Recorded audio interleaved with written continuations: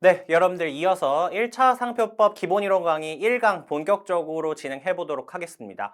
네, 오리엔테이션에서도 말씀드렸듯이 저희 1강부터 7강까지는 입문 강의의 성격으로서 여러분들께 7시간 안에 상표 세계관을 심어드리는 강의로 진행이 될 겁니다. 그래서 그 중에서 첫 번째 시간이고요. 이번 시간에는 여러분들께서 이제 상표라는 것이 과연 무엇이냐? 그러니까 가장 기본적인 개념부터 진행을 해보도록 할 겁니다. 그래서 이 상표 제도가 왜 필요한 것인지, 그 다음에 이 상표라고 하는 것의 본질은 무엇이고 상표를 이해할 때는 어떤 걸 같이 이해해야 되는지 그런 것들 굉장히 기본적인 거를 설명을 드릴 거거든요. 근데 여러분들께서 가장 중요하게 알고 가셔야 되는 내용들이 많습니다. 그래서 집중해서 들어주시면 좋을 것 같은데요. 자, 저희 7시간 동안 진행되는 입문 강의의 수강 방식에 대해서 먼저 간략하게 소개를 해드리겠습니다. 자, 여러분들 입문 강의 같은 경우에는요, 막 하나하나를 다 암기하겠다. 이렇게 접근하지 마세요. 이건 그냥 어떻게만 접근하시면 되냐면 수업 시간에 제가 계속 스토리의 형태로 설명을 드릴 거거든요. 그러면 여러분들께서는 그냥 부담 없이 이해에 초점을 맞춰서 들어주시면 됩니다. 그래서 별도로 뭐 필기할 필요도 없고요. 그냥 이게 어떠한 하나의 짧은 영화다. 이렇게 생각을 하시면서 들어주시면 좋을 것 같아요. 부담 없이 들어주시면서 이해하는 데에만 초점을 맞춰주시고요.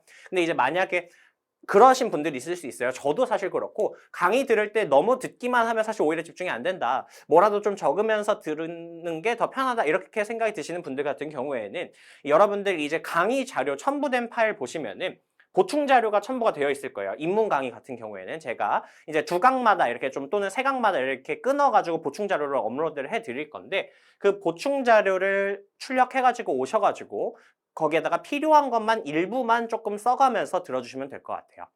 근데 기본적으로는 뭐 필기를 하는 게 전혀 필요가 없습니다.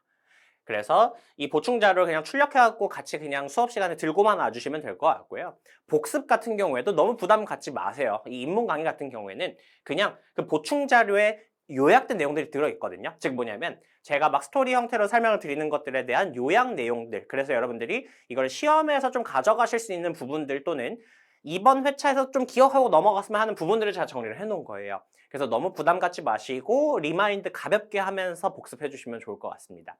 그래서 전반적으로 좀 재밌게 이해해보는 시간이다. 이렇게 이해를 해주시면 좋을 것 같습니다. 자, 본격적으로 상표 제도라고 하는 것이 무엇인지 같이 한번 정리해 보도록 하시죠. 자, 이런 식으로 제가 도식화 자료들을 항상 준비를 할 겁니다. 그래서 부담 없이 들으시면 됩니다. 자, 일단 첫 번째 주제, 소제목은 뭐냐면 상표 제도라고 하는 것이 애초에 왜 필요할 것인가? 즉, 상표를 보호하는 제도가 우리 상표법이거든요. 그럼 그러한 제도가 왜 필요한 것인지에 대해서 이해를 해보려고 합니다.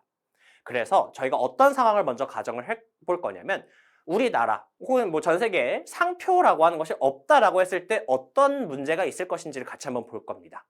자, 그래서 여기에 보시면은 A씨가 있고 B가 있어요. 그래서 여러분들 아실 분들 아시겠지만 이 A는 저를 모티브로 해서 만든 실제 일러스트 캐릭터입니다. B는 여러분들 아시겠지만 박지원 변리사님을 모티브로 해서 만든 캐릭터예요. 그래서 저희가 같이 좀 친근감 있는 강의 자료 만들어 보자 해갖고 같이 만든 건데요. 참고만 해주시면 될 것 같고 제가 A, C, B, C 이렇게 부를게요. 그래서 이 A와 B는 모두 어떤 사람들이냐면요. 사업자예요. 영업자인데 어떤 사업을 하는 자냐면 생수를 만들어서 판매하는 사업자입니다. 자, 근데 상표라는 것이 사용되지 않으면 이처럼 어떠한 마크 또는 식별 수단이 없이 물을 판매할 수밖에 없겠죠. 자, 이렇게 판매가 될 거고 물을 구매하는 소비자들, 여기에 그려진 이 코난 같은 아이는 수요자입니다. 제품을 구매하는 수요자예요. 그럼 제품을 구매하는 수요자들 같은 경우에도 그냥 거래계에서 이런 식으로만 되어 있는 물을 알아서 골라서 구매를 해야 되는 겁니다. 자, 그럼 딱 보면 어떤 문제가 있을까요? 일단 첫 번째, 사업자의 관점에서 생각을 해볼게요.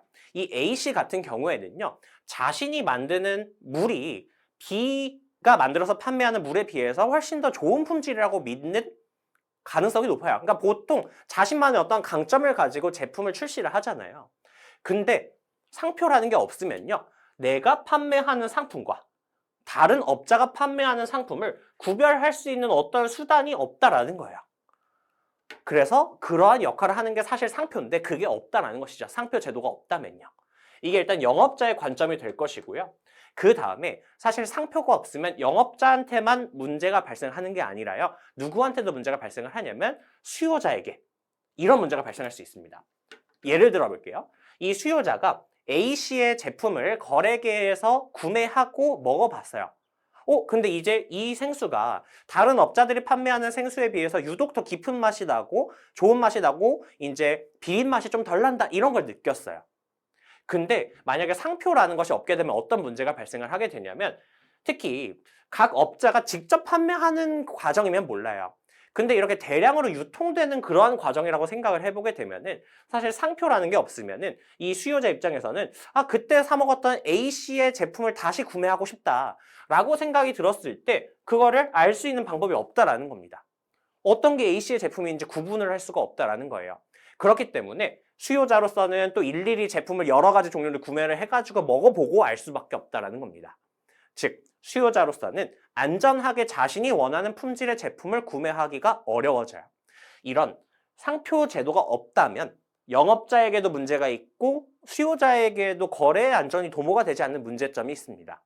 그래서 사실 지금은 모두가 사업자들이 제품을 판매하는 과정에서 상표를 사용을 하고 있고 생수가 판매가 될 때에는 삼다수, ICC 이건 뭐 예시입니다. 이런 식으로 자신만의 상표 또는 제가 이제 상표를 일상 용어로는 뭐라고 부르냐면 브랜드라고 부릅니다, 여러분. 상표가 곧 브랜드예요. 이렇게 이해를 해주시면 됩니다. 물론 이제 상표의 정식 영문 명칭은 트레이드 마크예요. 근데 이제 저희가 일상 용어로는 브랜드라고 쓰는 것도 같은 의미입니다. 그래서 자신만의 브랜드를 가지고 제품을 판매를 하고 있죠. 자, 이렇게 브랜드를 가지고 판매를 하다 보면 당연히 어떠한 이점이 있을 수밖에 없냐면요.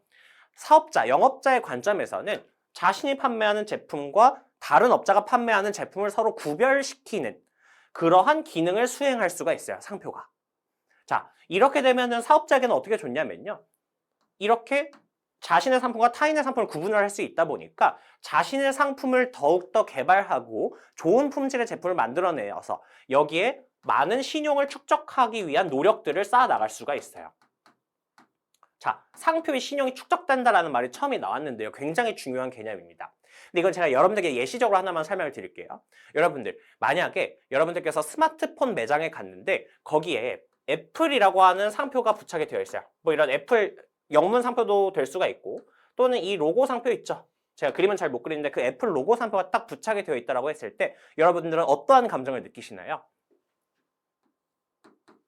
굉장히 좋은 품질의 스마트폰일 거다라고 인식을 하고 특히나 그 중에서도 굉장히 좀 감성적인 그러한 제품일 거다라고 인식을 하죠. 자, 그렇게 인식을 하는 거는 왜 그런 거냐면 이 애플이라고 하는 이 상표들에 이미 고객들의 신용이 화체가 되어 있기 때문에 그렇습니다. 그래서 상표는 이런 식으로 신용을 축적해 나갈 수 있는 기능이 있어요.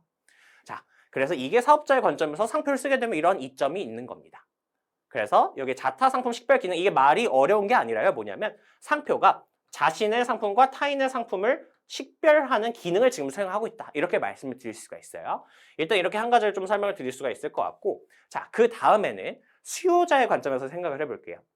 이렇게 상표가 사용이 되게 되면은 수요자들은 이제 어떻게 생각을 할 수가 있냐면 이제 물을 제품에 이렇게 삼다수라고 하는 상표가 부착이 되어 있으면은 이렇게 생각을 할 거예요. 이 삼다수가 있으면 이거는 A씨가 판매하는 제품이구나 라고 인식을 할 수가 있고요. 또는 제가 아까도 말씀드렸던 일주일 전에 구매해서 먹었던 그 깊은 맛, 비린 맛이 덜 나는 맛이 또 느껴지겠구나. 그럼 좋은 맛이 나겠구나 라고 하는 품질을 예상할 수 있게 되죠. 자, 이거는 뭐냐면 이 상표가 지금 어떠한 기능을 수행을 하고 있는 거냐면 각각 출처를 표시하는 기능을 수행을 하고 있고요. 즉, 삼다수만 보더라도 이거 그때 그 A씨가 판매하는 제품이겠구나 라고 출처를 인식시키는 기능을 수행을 하고요. 또한 제품의 품질을 어느 정도 보증하는 기능을 수행을 하게 되는 것이죠. 그래서 수요자는 그 상표로부터 인식되는 출처와 품질을 믿고서 제품을 구매를 하고 거래를 할 거예요. 그러면은 거래의 안전이 도모가 되겠죠. 안전하게 자신이 원하는 품질의 제품을 구매할 수가 있게 되는 거예요. 이렇게 상표는 거래에서 여러 가지 이점들이 발생을 하고 특히 그걸 뭐라고 부르냐면 여러 가지 기능들을 유용한 기능들을 발휘를 하게 돼요.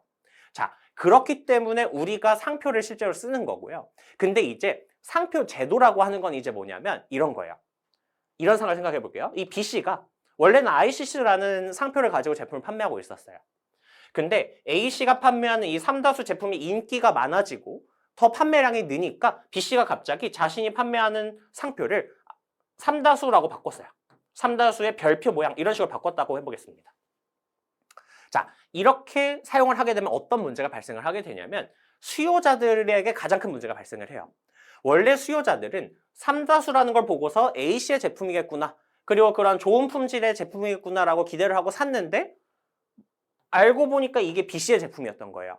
그러면 자신이 원하는 제품을 구매하지 못하게 된 거죠. 그래서 이걸 저희가 뭐라고 하냐면 수요자들이 출처 혼동을 할 수가 있고 그러니까 출처를 혼동하게 되고 그 제품에 관한 품질을 오인하게 된다라고 이야기를 합니다. 즉 보시면 아시겠지만 제3자가 이러한 유사한 상표를 무단으로 써버리게 되면은 당연히 이 상표권자 보호도 안 되는 것은 당연한 거고 수요자들에게도 피해가 간다라는 거예요.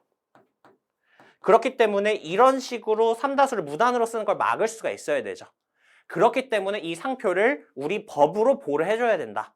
라는 차원에서 상표 보호 제도가 도입이 된 거고 당연히 모든 나라에서는 상표법이라고 하는 법률을 가지고 상표를 보호를 해주고 있습니다. 우리나라도 상표법이 그러한 기능을 하는 거예요. 그래서 누군가가 딱 하나의 상표를 독점적으로 사용할 수 있게 보장을 해주어서 그 상표권자도 보호하고 수요자의 어떠한 피해도 막는다라는 게 이 상표법의 가장 중요한 내용이 되겠습니다. 자, 이렇게 일단 상표제도의 필요성에 대해서 여러분들께서 충분히 이해하셨을 거라고 생각을 하는데요. 제가 이 슬라이드에서 두 가지를 더 설명을 드릴 겁니다. 자, 그중 첫 번째는 무엇이냐면요. 일단은 제가 계속해서 설명을 드리는데 상표에 관해서 설명을 드릴 때 어떤 걸 설명을 드리냐면 기능이라는 거를 말씀을 드렸습니다. 이거는 뭐냐면요. 우리 상표법이 보호하고자 하는 객체는 상표 그 자체가 아니에요. 즉 그 말이 무슨 말이냐면 삼다수라고 하는 그 글자를 보호하는 데 목적이 있지 않아요. 우리 상표법은 그 상표가 거래계에서 발휘하고 있는 이러한 상표로서의 자타 상품 식별 기능, 출처 표시 기능, 품질 보증 기능을 보호하는 것이다. 이게 이따가 또 나오거든요. 그래서 이걸 일단 좀 이해를 해주시면 좋을 것 같아요. 이런 거예요. 즉 애플이라는 상표를 보호해주는 이유는 애플이라는 단어가 가치가 있어서 그런 게 아니라 그 미국의 애플 잉크 회사가 이 상표를 활발하게 사용해서 거래계에서 많은 기능들을 발휘하고 있기 때문에 그 기능을 보호해 주는 것이다를 하나 이해해 주시면 좋을 것 같고요. 그 다음에 두 번째 중요한 거는 뭐냐면 여러분들 제가 계속 설명드릴 때 사업자의 관점만 설명을 드리지 않고 어떤 주체에 대해서도 설명을 드렸냐면 수요자라는 주체에 대해서 계속해서 설명을 드렸죠. 이처럼 상표법은 수요자가 굉장히 중요한 주체가 됩니다. 즉 수요자들의 출처 혼동과 품질 오인을 막고, 그러니까 수요자들이 저러한 거를 겪는 거를 막고, 그래서 수요자의 이익을 보호한다라는 게 굉장히 중요한 목적이 돼요, 상표법에. 이거는 여러분들이 비교해서 배우시는 특허법이나 디자인 보호법에는 등장하지 않는 주체고요. 그래서 상표법이 특히나 수요자 보호에 직결되는 공익성이 강조되는 법률이다. 이런 식으로 저희가 배우게 됩니다. 이런 것도 이해를 해보시면 좋을 것 같아요. 자, 그럼 이쯤에서 저희가 법조문 하나만 보고 갈 건데 그게 뭐냐면 상표법 1조 목적에 대해서 볼 거예요. 그래서 여러분들 특허법도 배우셔서 아시겠지만 앞쪽에 1조에는 항상 이렇게 목적이 나오게 되는데요. 상표법의 목적 그냥 간략히만 볼게요. 부담 없이 보시면 됩니다. 일단은 이 법이 왜 들어왔을까요? 상표 보호 제도가 필요하기 때문에 상표법이 들어왔다고 그랬잖아요. 그러니까 당연히 상표를 보호한다라는 게 가장 1차적인 수단이 되는 것이겠죠. 그렇게 해서 어떤 주체가 나오냐면 상표 사용자의 업무상 신용 유지를 도모한다라는 내용이 나옵니다. 그래서 상표를 가지고 신용을 축적해 나간다라고 했을 때 그 축적된 신용 유지를 도모한다라는 것이고 그 다음에 아래 보시면은 이게 중요하죠. 수요자의 이익을 보호함을 목적으로 한다라는 게 등장한다는 게 특징입니다. 물론 이제 그 상표 사용자의 업무상 신용 유지를 도모해서 산업 발전을 이바지한다라는 목적은 나오죠. 그래서 이거는 산업재산권법에 다 공통되는 겁니다. 산업 발전을 이바지하고자 하는 목적을 가진 그런 법률을 저희가 산업재산권법이라고 부르는 것이죠. 근데 여기서 한 번만 특허법 1조랑 비교를 해보게 되면 여기 이제 보점 장려입니다. 근데 이제 특징이 뭐냐면 특허법 1조는 보시게 되면 기술의 발전을 촉진해서 산업 발전을 이바지한다 하고 끝입니다. 수요자를 보호한다 그런 내용 없죠. 비교해보면 상표법에는 수요자 이익을 보호한다라는 이러한 공익성이 강조된다라는 내용을 엿볼 수가 있습니다. 이런 거를 간략하게만 체크하고 넘어가 주시면 좋을 것 같아요. 이게 상표법 전체를 관통하는 굉장히 중요한 내용이 됩니다. 이렇게 설명을 드릴 수 있을 것 같고요. 그 다음에 여러분들이 상표 제도를 이해함에 있어서 굉장히 중요한 내용이 나왔습니다. 여러분들, 상표는 창작의 결과물을 보호하는 것이 아니다라는 거를 항상 머릿속에 갖고 계셔야 돼요. 자, 여러분들, 특허 디자인 상표를 한번 비교를 해볼게요. 여러분들, 특허는 뭐를 보호하는 거죠? 발명을 보호하는 거죠. 그리고 여러분들, 특허권으로 보호되는 발명이 모든 발명이 다 보호가 되나요? 아니죠. 어떤 발명만 보호가 되는 거냐면 기존에 나와 있는 어떠한 기술 내용들에 비해서 더 진보한 가치가 있는 발명만 보호를 해주게 되죠. 그래서 저희가 이걸 특허에서 가장 중요한 등록 요건 중 하나가 바로 진보성이잖아요. 그러니까 신규성과 진보성. 이거 굉장히 중요한 요건으로 보게 되죠. 이런 것들이 갖추어진 발명에 대해서 새로운 걸 만들어냈으니까 그거를 보호해준 게 특허권이에요. 디자인권도 마찬가지입니다. 기존에 공개되어 있는 제품의 디자인과는 다른, 그래서 창작이 용이하지 않은 독특한 디자인을 창작해내었을 때 그 창작의 결과물을 디자인권으로 보호를 해주는 거예요. 근데 여러분들, 상표는 이것과 다릅니다. 예를 들어 볼게요. 여러분들, 애플워치라고 하는 상표를 생각을 해볼게요. 이게 어디에 사용되는 상표인 거냐면 스마트워치라고 하는 제품에 사용되는 상표죠. 근데 여러분들, 이 애플워치라고 하는 상표가 어떠한 업자가, 그 애플 회사겠죠? 그 회사가 발명을 한 건가요? 아니면 창작을 한 건가요? 아니죠, 여러분들. 이건 발명을 한 게 아닙니다. 새로 만들어낸 게 아니에요.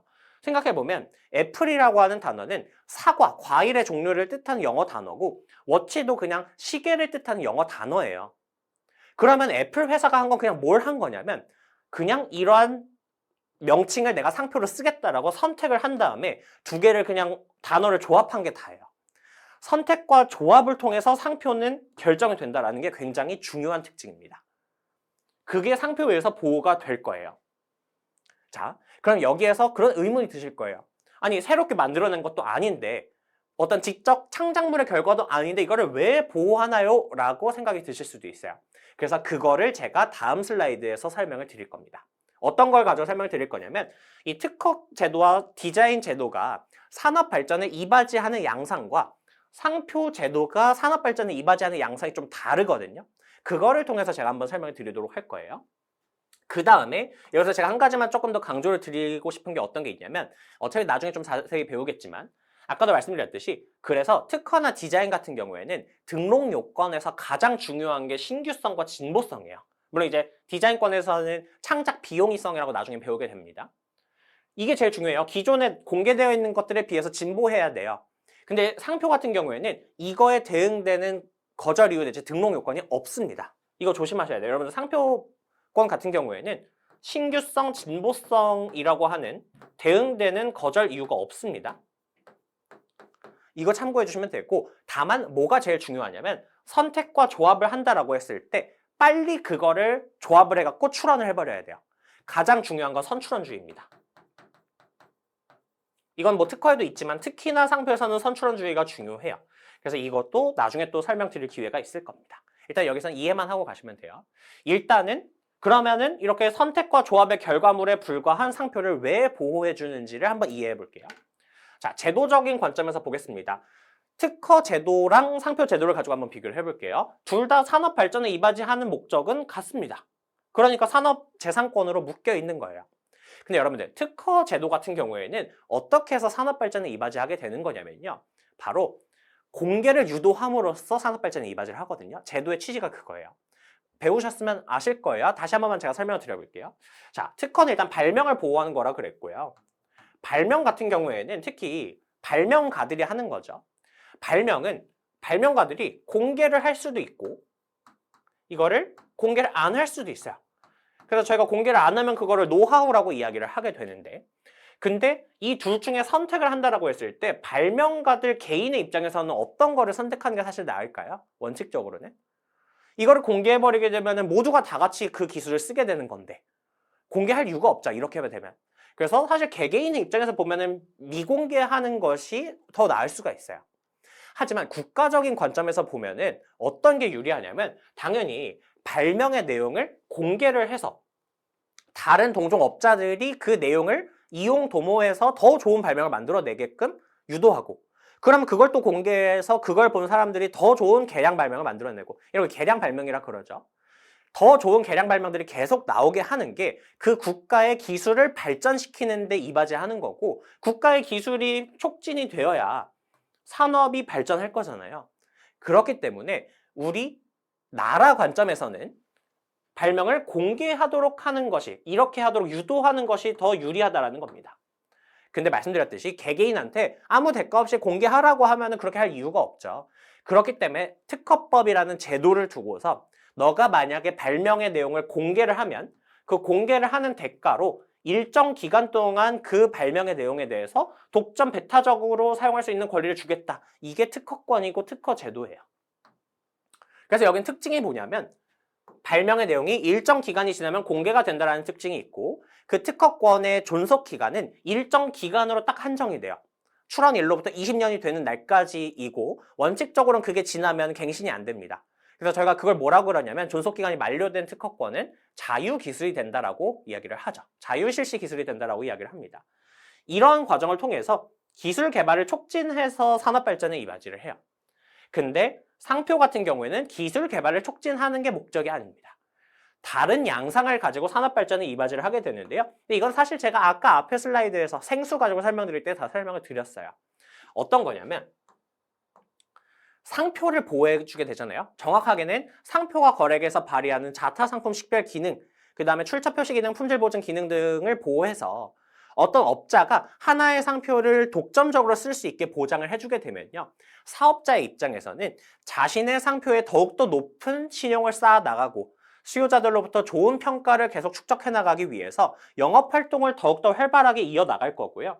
그 다음에 자신의 제품의 품질을 점점 개선해 나가려고 노력을 할 거예요. 왜냐하면 제품의 품질이 안 좋다라는 인식이 팍 박혀버리게 되면 그 상표가 부착된 제품을 다음엔 수요자들이 안 사겠죠. 그렇기 때문에 이 상표를 딱 보호를 해줌으로써 그 사업자가 품질을 개선해 나가려는 의지를 불어넣어 준다라는 겁니다. 그래서 품질을 개선해 나가려는 노력을 할 거고요. 나아가서 수요자들의 관점에서 어떤 이점이 있냐면 믿고 거래할 수 있죠. 여러분들 거래기에서 짝퉁이 다 무분별하게 유통이 되고 있으면 어떻게 믿고 안전하게 거래를 하겠어요? 그럼 거래 시장 자체가 죽을 수밖에 없습니다. 근데 거래의 안전을 도모해서 안전한 상거래 질서를 유지하는 겁니다. 이러한 과정을 통해서 상거래가 활발하게 돌아가게끔 유도를 해서 산업 발전에 이바지를 한다라는 취지예요. 그래서 지금 특허 디자인 제도와 완전히 구별이 되죠. 이게 상표 제도가 갖는 특징입니다. 그래서 실제 이거 제가 오리엔테이션에서도 말씀을 드렸는데 특허 디자인은 유사한 면이 많아요. 하지만 상표는 제도적으로 완전히 다르다, 실체적으로 완전히 다르다라고 말씀을 드린 게 바로 이러한 측면입니다. 그래서 본질적으로 아예 좀 별개로 접근을 해주시는 게 여러분들이 공부하시고 이해하실 때 편할 거예요. 이걸 이해해 주시면 좋겠고, 그래서 여기서 한 가지 더 설명을 드릴 수 있을 것 같은 게 어떤 거냐면 제가 아까 어떠한 점을 얘기를 했냐면 상거래 질서를 유지한다. 그리고 이런 것도 있어요. 공정한 경쟁 질서를 확립한다. 이런 얘기가 나오거든요. 이런 것 때문에 상표법은 어떠한 성질도 갖는다라고 이야기를 하냐면 물론 이제 산업발전에 이바지하니까 저희가 산업재산권에 속한다라고 보기도 하지만 상거래 질서의 확립을 유도하고 그다음에 공정한 경쟁 질서를 확립하는데 이제 이바지한다라는 측면도 있기 때문에 저희가 경쟁법적인 성격을 갖는다 또는 경업질서법적인 성격을 갖는다 이로서의 성격을 갖는다라고 나중에 배우거든요. 이게 바로 이러한 점에서 나오는 겁니다. 바로 공정한 경쟁 질서를 확립하는 데 이바지하는 법이에요. 그래서 저희가 공부를 많이 할 때 상표법에서 뭐를 같이 배우게 되냐면 부정경쟁방지법, 구체적인 풀네임은 부정경쟁방지 및 영업비밀 보호에 관한 법률인데요. 이거를 저희가 같이 배우게 돼요. 이건 왜 그러냐면 상표법이 경쟁법적인 성격을 갖다 보니까 상표법이 문제가 되는 사안에서 이런 비슷한 성격을 갖는 부정경쟁방지법이 같이 문제가 되는 경우가 많거든요. 그래서 이게 같이 나오는 경우들이 좀 많이 있어요. 그래서 같이 공부를 조금 해야 됩니다. 이해를 하려면. 또는 상표에 관한 판례를 이해하려면 이 부정경쟁방지법을 조금 알아야 되는 경우들이 있어요. 그래서 1차 때 제가 수업할 때는 정말 필요한 범위에서 최소한으로만 설명을 드릴 거고요. 참고로 이 부정경쟁방지법이 그래서 여러분들 필요한 범위 내에서 조문 노트에 들어가 있어요. 그래서 그 비유상표법 조문 노트가 있을 텐데 거기에도 수록이 되어 있으니까 근데 이건 달달 암기하실 필요는 없습니다. 부정경쟁방지법은 그냥 이 제도 전체를 이해하는 데 도움이 되는 용도로만 활용을 해주시면 됩니다. 그래서 이러한 성격을 갖는다라는 것도 이해해 보실 수 있고 나중에 본격적으로 진도 나갈 때 또 문구 체크할 일이 있을 거예요. 자, 이렇게 보시면 됩니다. 자, 근데 그럼 이렇게 되면은 궁금하신 분들이 있을 거예요. 분명 상표는 창작의 결과물을 보호하는 것이 아니라고 했는데 분명 이런 것도 상표로 등록이 되어 있다는 거예요. 여러분들이 아는 이런 카카오 캐릭터 같은 것들이 다 개별적으로 상표가 등록이 되어 있습니다. 여러 가지 제품들에 대해서. 그럼 이러한 상표는 창작의 결과물을 보호하는 거 아닌가요? 라고 오해를 하실 수도 있거든요. 근데 그렇게 오해를 하시면 안 됩니다. 자, 여러분들 이 카카오 캐릭터는 실제로 굉장히 다양한 종류의 IP, 지식재산권을 가지고 보호가 되고 있는데요. 어떤 것들에 의해서도 보호가 되고 있냐면 이렇게 예를 들어서 이 전체로서 어떤 인형으로 사용이 되는 경우, 즉 제품의 디자인으로 사용이 되는 경우에는 디자인권으로도 등록이 되어 있고요. 그 다음에는 저작물로도 이건 사실 특허청에 등록을 하는 건 아니고 저작권 협회에 등록이 되어 있어요. 즉 저작권으로도 보호가 되는 거라는 겁니다. 그리고 디자인권으로도 보호가 되고요. 그래서 여러분들께서 어떻게 이해를 해주셔야 되냐면 사실 창작적 가치 있죠. 특히 여러분 이런 캐릭터는 원래 뭐에 의해서 보호가 되는 거냐면 저작권에 의해서 보호가 되는 거거든요. 창작의 결과물로 만들어진 지적 어떠한 창작물이니까요. 이건 저작권으로 보호가 되는 게 맞고 그 제품의 디자인이 되면 그러한 창작적 요소는 디자인권으로 보호가 되는 게 맞아요. 자, 그러면 상표권으로 보호가 되는 건 뭐냐면요. 이런 거예요. 여러분들이 이 캐릭터를 딱 보잖아요. 예를 들어 필통을 구매하러 갔는데 거기에 이런 캐릭터가 있어요. 그럼 여러분들이 그 캐릭터만 보고 어떤 걸 떠올리시게 되나요? 아, 이거 카카오에서 만든 제품이겠구나. 또는 적어도 카카오와 콜라보 제품이구나. 콜라보를 한 제품이구나 라고 인식을 하죠. 이렇게 여러분들이 이 캐릭터를 보고 지금 출처를 인식하잖아요. 그러면 그때는 이 캐릭터가 창작적인 가치를 가져서 그게 상표로서 의미가 있는 게 아니라 그냥 이 캐릭터가 출처를 표시하는 기능을 수행하고 있는 거예요. 그렇기 때문에 이것도 상표로서 보호가 될 수 있다는 겁니다. 그래서 상표법에서는 상표로서 발휘되는 그러한 기능을 보호하는 것이고요. 창작적인 가치는 그냥 다른 디자인권이나 저작권으로 보호가 된다는 거예요. 특히 이제 여기 중간에 써 있다시피 여러분들 창작적인 가치를 갖는다고 해서 출처 표시 기능을 수행하지 못하는 건 아니죠. 아까 말씀드렸듯이. 그래서 뭐라고 하냐면 이러한 저작물과 상표는 선택적, 배타적 관계에 있는 게 아니기 때문에 그 안에 내재된 창작적 가치는 이쪽 권리를 가지고 보호가 되고 상표로서 발휘하는 기능은 상표법으로 보호하면 된다라는 뜻입니다. 그래서 이렇게 이해를 해주셔야 돼요. 캐릭터가 상표에서 보호가 된다라고 할 때에도 창작의 결과물을 상표법에서 보호하는 게 아니라 그냥 창작의 결과물이 있는데 그거를 제품에 대한 상표로 쓰기로 선택을 한 거고 그렇게 됐을 때 제품과의 관계에서 상표로서의 기능이 발휘가 되면은 그 기능을 상표법이 보호하는 거다. 이렇게 이해를 해주시면 되는 겁니다. 자, 이렇게 설명을 드릴 수 있을 것 같아요. 자, 이 정도로 설명을 드리면 이 주제는 마무리가 될 것 같습니다. 자, 그 다음에 또 중요한 개념이 나옵니다. 바로 뭐냐면 상표라고 하는 거는 상품이라는 것과의 관계에서 결정이 되는 문제이다라는 걸 이해하셔야 돼요. 자, 여러분 저희 법률 이름이 상표법이죠. 그 다음에 제가 이전까지도 말씀을 드릴 때 계속 상표라는 거 위주로 이야기를 했어요. 근데 사실 상표법은 딱 상표만 단독으로 보호하는 것이 아닙니다. 반드시 뭐가 특정이 돼야 되냐면 그 상표를 사용하는 상품이 무엇인지를 특정해서 보호의 범위가 결정이 돼요. 그래서 상품이라고 하는 거는 저희가 일반적으로 구매하는 모든 상품들이 되는 거예요. 그래서 예를 들어서 이러한 셔츠, 여기에 사용된 이러한 상표 있죠? 이런 것도 의류에 사용되는 상표, 셔츠에 사용되는 상표인 겁니다. 또는 여러분들 화장품에도 다 상표가 있고 아니면 신발에도 상표가 있고 아니면은 스마트폰, 전자기기에도 상표가 다 있죠. 이와 같이 사용되는 상품이 다 결정이 되어 있어요.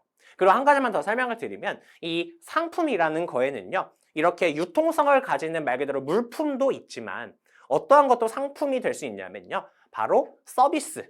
그래서 여러분들이 돈을 주고 미용실에 가서 머리를 자르잖아요. 그럼 여러분들은 어떠한 상품을 구매한 거냐면요. 사람이 제공하는, 다만 여러분들이 대가를 지불을 했잖아요. 그럼 구매를 한 거잖아요. 그러면은 미용 서비스를 구매를 한 겁니다. 그래서 이와 같은 미용업 또는 여러분들이 이제 식당에 가서 스테이크를 시켜 먹고서 나갈 때 돈을 지불을 해요. 그럼 여러분들은 음식을 만들어서 서빙해주는 서비스를 제공받고 거기에 대가를 지불한 거죠. 그러면은 식당업, 그것도 상품이 되는 겁니다. 그래서 이와 같이 참고로 서비스도 상품의 개념에 부합하는 거다. 그러니까 그 안에 이제 포함이 되는 거다 이렇게 생각할 수가 있어요. 그래서 여기서 제가 설명드리고 싶은 건 뭐냐면요. 예시 상황을 한 가지만 좀 들어볼게요. 여러분들이 일주일 전에 길거리를 지나가다가 길거리에서 이렇게 리더스 치과라는 상표를 쓰고 있는 치과를 봤어요. 즉 여러분이 치과도 여러분들이 가서 무상으로 제공받지 않잖아요. 서비스를. 돈을 받고 치과 서비스를 구매하는 거기 때문에 이것도 서비스로서 상품에 해당하는 겁니다. 자, 근데 일주일이 지났어요. 그리고 여러분들이 이제 강남 한복판을 이렇게 돌아다니는데 거기에서 리더스 아카데미라고 하는 입시 학원을 지나가다가 봤어요. 그렇게 됐을 때 여러분들께서는 이 리더스 아카데미가 그 리더스 치과 운영하는 치과 원장님이 운영하는 학원인가? 이렇게 생각할까요? 특히 이게 예를 들어 중고등학생 대상으로 하는 어떤 수학 학원이었다고 해보겠습니다. 그렇게 됐을 때 리더스가 공통된다고 해가지고 수요자들이 양자의 출처를 혼동하지는 않습니다. 왜 그럴까요?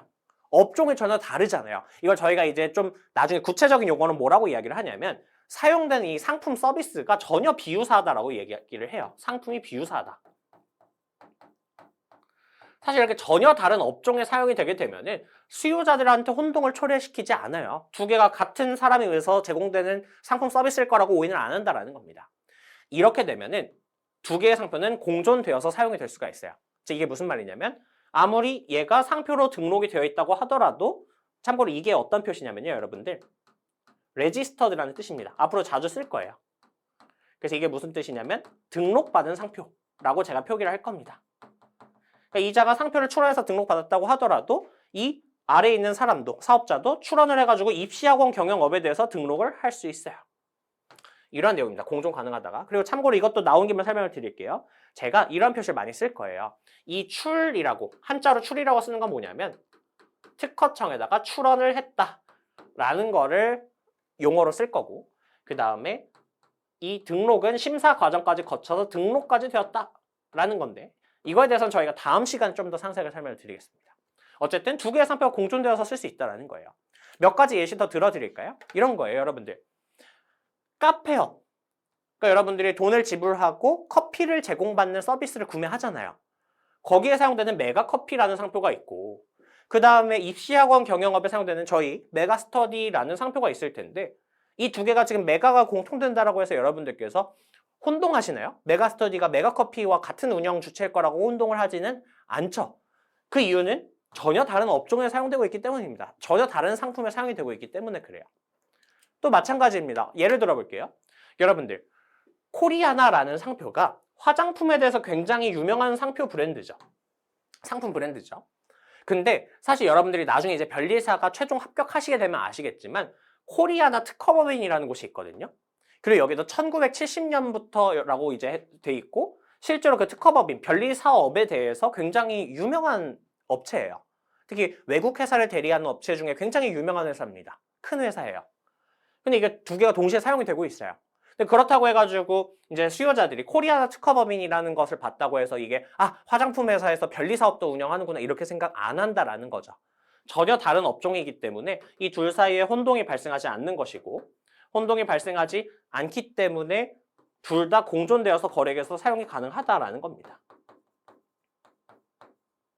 이처럼 상표는 상표만 가지고 딱 보호가 되는 것이 아니라 그것이 어떤 상품 또는 서비스에 사용되는 것인지가 같이 세트로 묶여서 보호의 대상이 되는 것이다 라는 거를 이해를 해주시면 됩니다.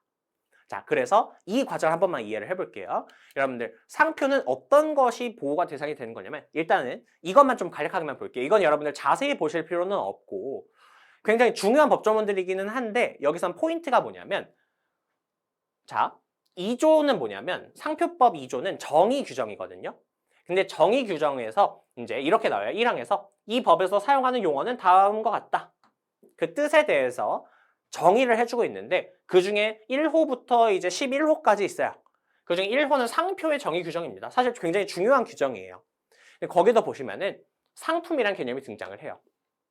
그래서 여러분 이거 한번 읽어볼까요? 저희 이럴 때는 괄호 빼고 읽으시면 됩니다. 괄호까지 포함하면 너무 기니까 읽어보면 뭐냐면 자기의 상품과 타인의 상품을 식별하기 위해서 사용하는 표장을 말한다. 저희가 앞에서 배웠던 거죠. 아까 저희가 그 생수 사례를 가지고 설명을 드렸던 내용이 있잖아요. 그 그대로 정의에 들어가 있네요.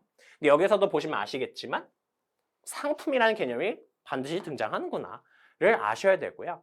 그 다음에 사실 상표는 뭐가 굉장히 중요하다 그랬냐면 상표 자체가 중요한 게 아니라고 말씀드렸습니다. 상표는 그것이 그 어떠한 상품에 사용이 되어서 상품에 사용이 될 때 비로소 아까 제가 말씀드렸던 자타 상품 식별 기능, 출처 표시 기능, 품질 보증 기능 등 상표로서의 기능이 발휘가 된다라고 이야기를 하죠. 그랬을 때 이 기능이 바로 보호의 대상이 되는 것이다 라고 볼 수가 있는데요. 그렇기 때문에 뭐가 중요하냐면 사용이라는 개념이 굉장히 중요하거든요. 그래서 저희가 나중에 따로 이것만 떼서 엄청나게 깊이 있게 볼 거예요. 상표의 사용이라고 하는 게 무엇인지. 그래서 그것도 11호에서 정의를 하고 있는데요. 근데 여기서도 자세히 읽으실 필요 없어요. 근데 뭐만 보시면 되냐면 다 상품이라는 개념이 등장한다라는 겁니다.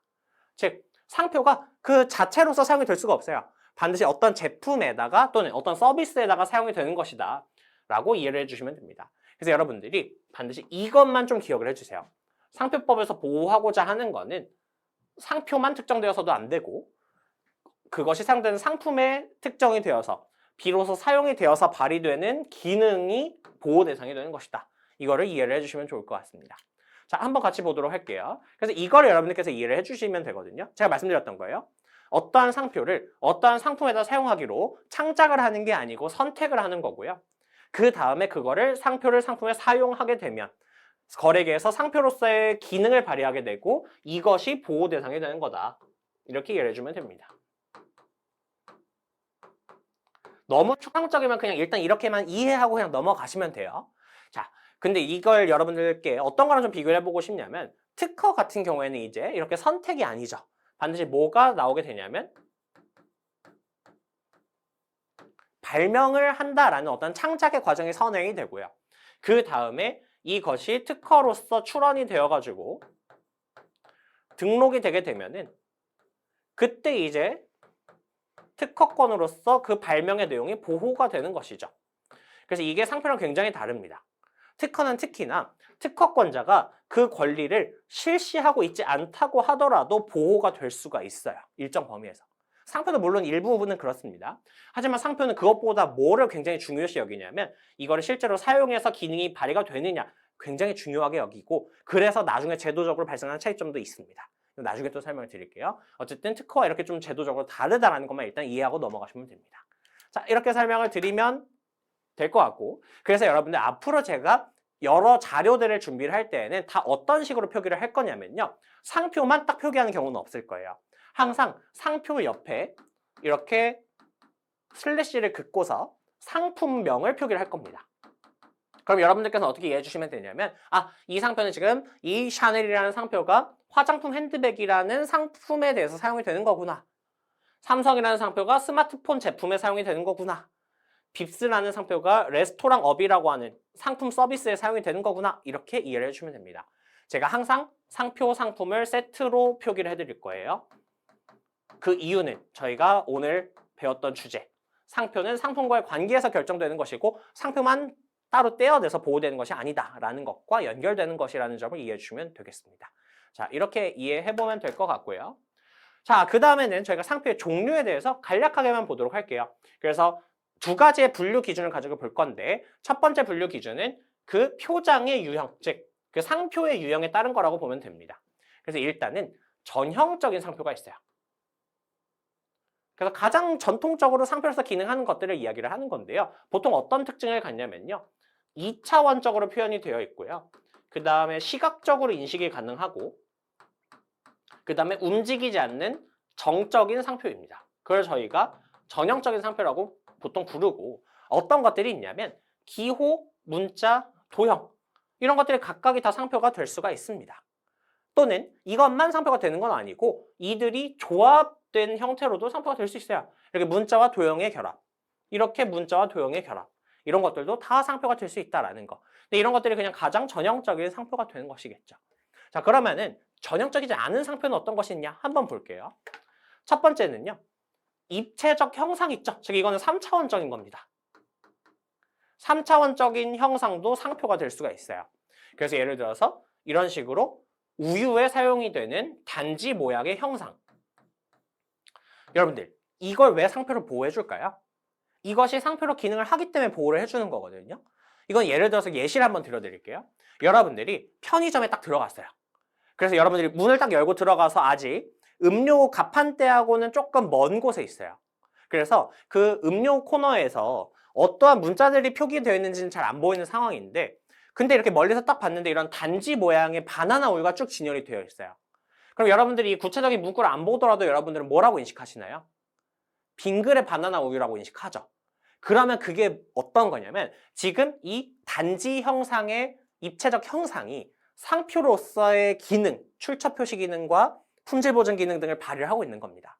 그러니까 입체적 형상도 보호해 주는 거예요. 이것도 마찬가지예요. 여러분들, 이것도 예시 한번 들어드릴게요. 여러분들께서 어떠한 술집에 갔어요. 술집에 갔는데 기본 안주로 그냥 이렇게 그릇에다가 이러한 모양의 과자들이 잔뜩 담긴 이러한 기본 안주를 내왔다고 가정을 해보겠습니다. 그래서 여러분들이 이것이 어떤 문자 상표가 사용되는지는 알 수가 없어요. 그렇다고 하더라도 여러분들 이 형상을 보면 뭐라고 인식하시나요? 꽃게랑이다 이렇게 인식하시죠. 이건 뭐냐면 이 형상이 여러분들한테 지금 상표로서 기능을 하고 있다는 겁니다. 그래서 이런 것도 다른 사람들이 함부로 못 쓰게 상표로 보호를 해주고 있는 거예요. 이와 같은 것도 상표로서 기능이 발휘되는 범위는 다 상표로 보호해주는 거예요. 입체적 형상도. 그 다음에 또 굉장히 독특한 상표인데요. 색채라는 구성만으로 되어 있어도 상표로 보호를 해줍니다. 물론 굉장히 제한적으로만 보호를 해주고 등록예가 많이 없어요. 우리나라에서 가장 처음 등록된 사례가 바로 이런 색입니다. 어떤 제품이냐면 여러분들 쉽게 제가 젤리라는 상품으로 말씀을 드려볼게요. 여러분들 젤리의 포장지에 이렇게 금색깔로 표기가 되어 있다고 해보겠습니다. 여러분들 이거 어떤 제품 인식되나요? 사실 이렇게 보면 잘 모를 수도 있는데 예를 들어서 여러분들 또 마찬가지로 편의점에 딱 들어갔는데 저 멀리 젤리들이 진열되어 있는 코너가 보여요. 근데 거기에 약간 투명 빛깔의 이렇게 금색깔 포장지로 덮여 있는 젤리들이 있어요. 그럼 여러분들 혹시 이거 떠올리신 분이 있나요? 하리보 제품. 실제로 이 하리보 회사에서 이 금색깔을 젤리 제품에 대해서 독점적으로 사용해왔고 수요자들이 어느 정도 이 금색깔만 보더라도 하리보 제품이라고 인식을 한다라고 인정이 되어서 등록이 된 겁니다. 이렇게 인정이 되는 범위에서 등록이 돼요. 자, 또 한 가지 더 있어요. 이게 이제 우리나라 두 번째 등록예인데요. 여러분들 건강기능식품 코너에 갔는데 제품의 포장이 이런 형태로 되어 있어요. 여러분들은 어떤 제품이라고 인식하시나요? 이런 색상의 조합.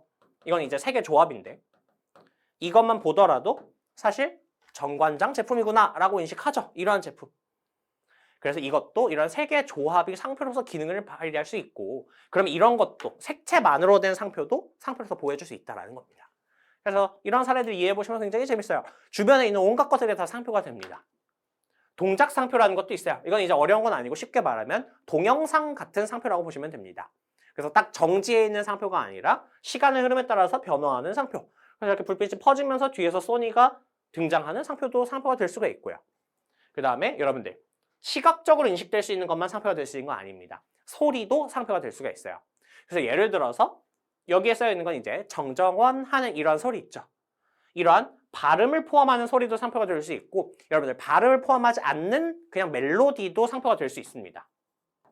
꽤나 많은 등록 사례가 있는데 대표적인 것만 설명드리면 여러분들 핸드폰에 관한 어떤 통신 사업에 관한 상표인데 그 음이 띵띵띠링띵 하는 이런 소리면 어떤 회사가 떠올려지시나요, 여러분들?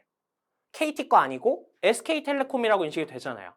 그럼 여기서 그 멜로디도 상표로 기능을 하고 있는 거고 그런 게 다 상표로 보호가 되고 있다는 겁니다. 그게 소리 상표예요. 어떤 것도 있냐면요. 위치 상표라는 것도 있어요.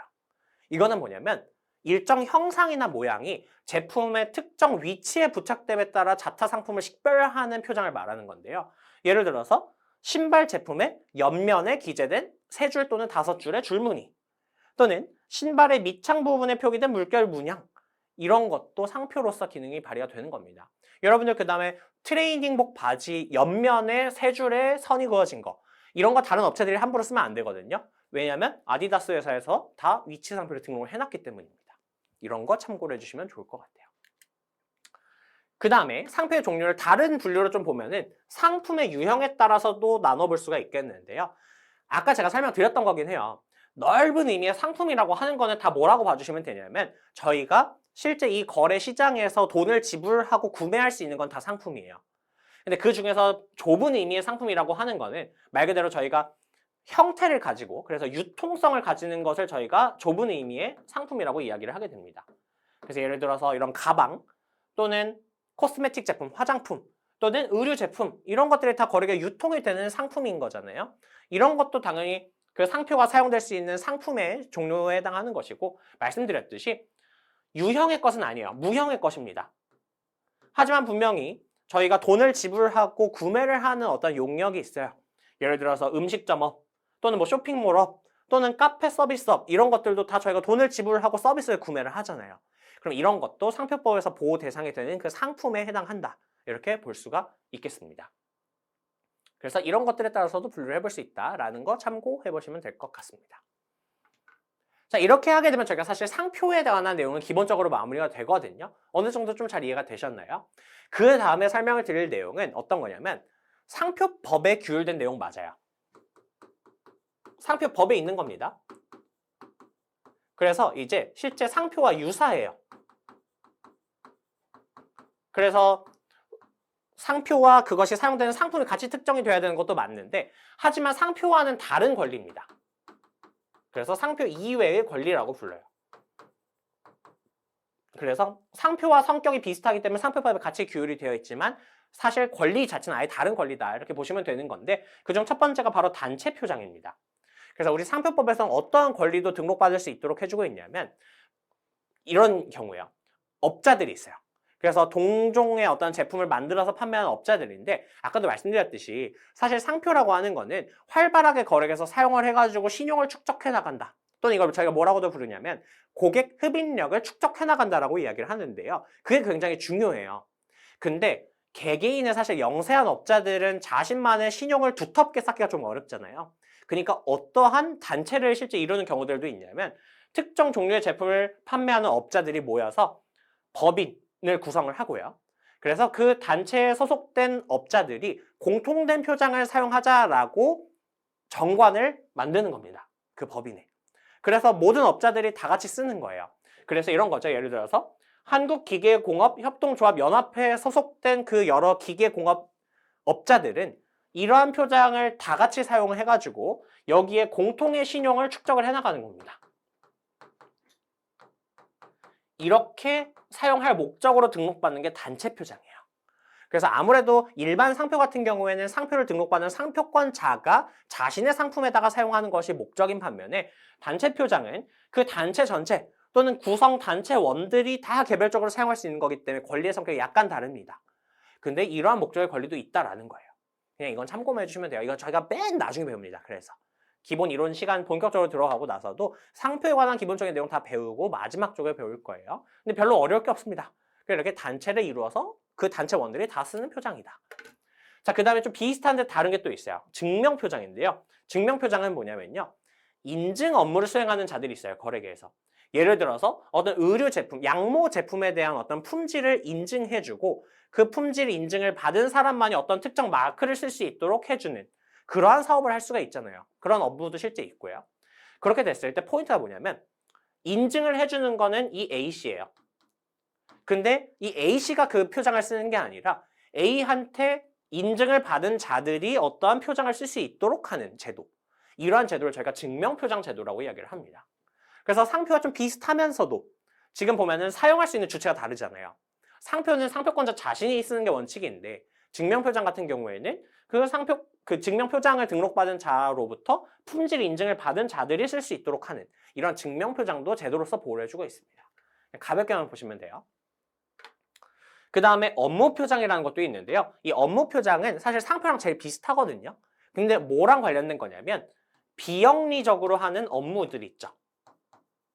그래서 국가 공공단체들이라던가 아니면 공익법인들 같은 경우에는 대가를 받지 않으면서 어떠한 업무를 수행을 하는 경우들이 있어요. 근데 이렇게 비영리적으로 수행하는 업무 같은 경우에도 자신의 업무를 표상하기 위해 일정 표장을 사용해야 되는 경우들이 있거든요. 그럼 이거를 그런 동종업에서 못 사용하게끔 할 필요가 있기 때문에 여기에서는 이런 비영리적인 업무에 대해서는 업무표장이라는 별도의 제도를 통해서 등록을 받도록 하고 있습니다. 그래서 참고로 말씀을 드리면은 이거랑 많이 헷갈리는 게 서비스에 대해 사용되는 상표예요. 근데 엄연히 다릅니다. 아까도 말씀드렸듯이 서비스 같은 경우에 원칙적으로 대가를 지불하고 구매를 하는 거예요. 그렇기 때문에 대가성이 있냐 없냐에 따라서 상표로 등록을 받아야 되느냐, 업무 표장으로 등록을 받아야 되느냐가 달라질 수 있다라는 것도 참고해 주시면 될 것 같습니다.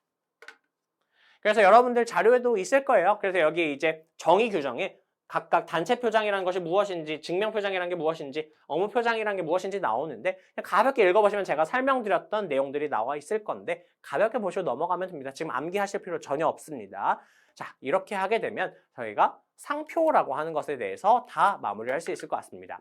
그래서 한번 저희 복습해보면 저희 이번 시간에 배웠던 내용은 상표 제도라는 게 왜 필요한지, 그 다음에 이 상표라고 하는 것의 본질을 이해하는 과정에서 상표는 창작의 결과물을 보호하는 게 아니라는 점, 그 다음에 상표는 항상 상품과 엮여서 보호가 된다는 점, 이런 것들 배웠고요. 그 다음에 상표의 종류에 대해서, 그 다음에 상표 이외의 권리들에 대해서도 간략하게 살펴보는 시간을 가졌습니다. 어떻게 상표라는 기본적인 법리가 좀 머릿속에 들어왔길 바랍니다. 재밌게 들으셨길 바라겠고요. 이 정도로 이번 시간은 마무리하도록 하겠고 다음 시간부터는 이제 출원을 하는 과정, 그 다음에 등록을 받는 과정에 대해서 설명을 들어가도록 할 겁니다. 자, 그러면은 이번 시간에 부담 없이 보충 자료 가지고 한번 복습해 주시고요. 다음 강의 때 또 재밌는 마음으로 뵙도록 하겠습니다. 감사합니다.